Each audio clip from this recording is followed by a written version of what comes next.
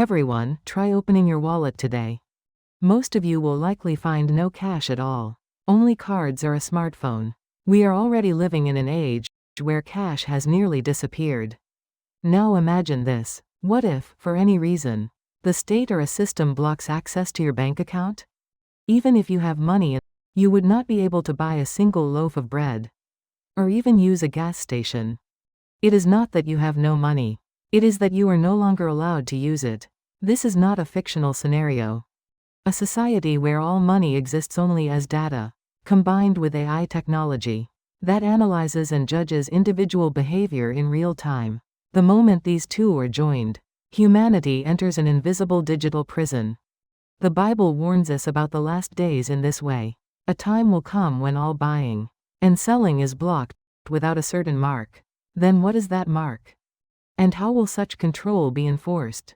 Let us now look at reality.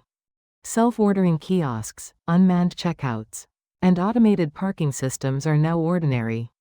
Many places no longer accept cash at all. Without a card or an app, you cannot even exit a parking lot. Without realizing it, we have been trained to live within systems that permit buying and selling only in approved ways. This is something we all experience.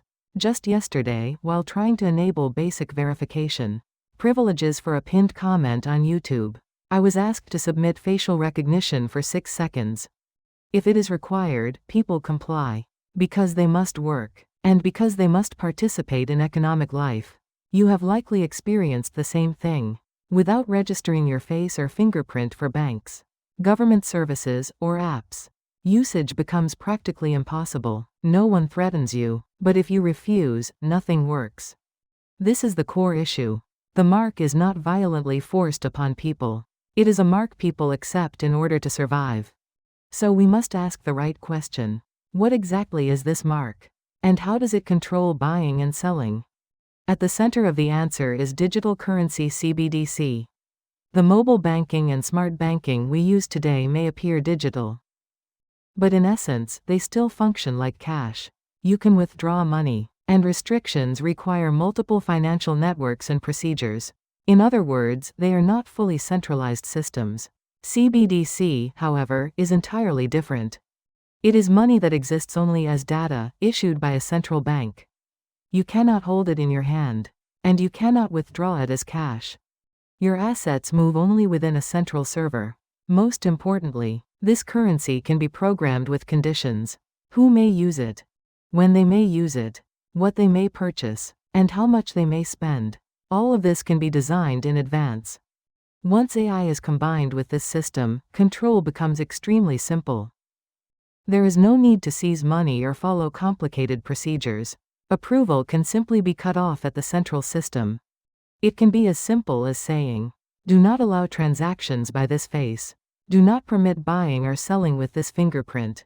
At that moment, even if a person has money, with that face or that fingerprint, they can buy nothing. This is exactly the structure Scripture describes. So that no one could buy or sell unless he had the mark. In other words, our face, the forehead, and our hand, the fingerprint, function as the mark of 666. But there is an even deeper problem. Some argue that if AI drives the economy, everyone will benefit. That is not the case. AI is directly replacing human jobs. Corporations grow. But that growth comes from automation and AI, increasing productivity without people. In the United States, economic indicators remain strong due to AI and big tech. Yet employment is actually declining. China has a massive economy. But youth unemployment has become so severe that official statistics were once suspended. At the same time, China is rapidly implementing the digital yuan in everyday life. The more vulnerable the population, the more dependent they become on the system. Eventually, more people rely on government and institutional support. And when that support is tied to digital currency and transaction approval, control becomes a reality. Now, the final question.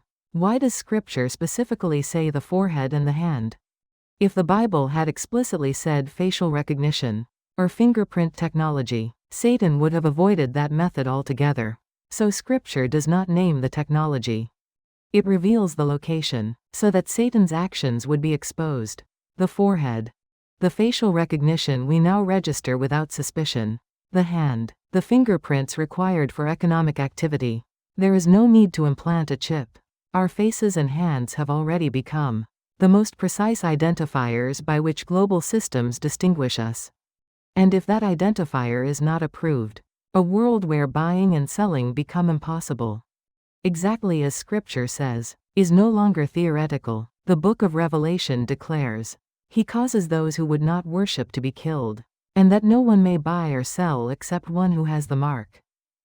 In the last days, worship is not merely a matter of words. A system that cuts off survival unless one complies. Compliance itself becomes worship. Ultimately, the issue is this: what do you love more?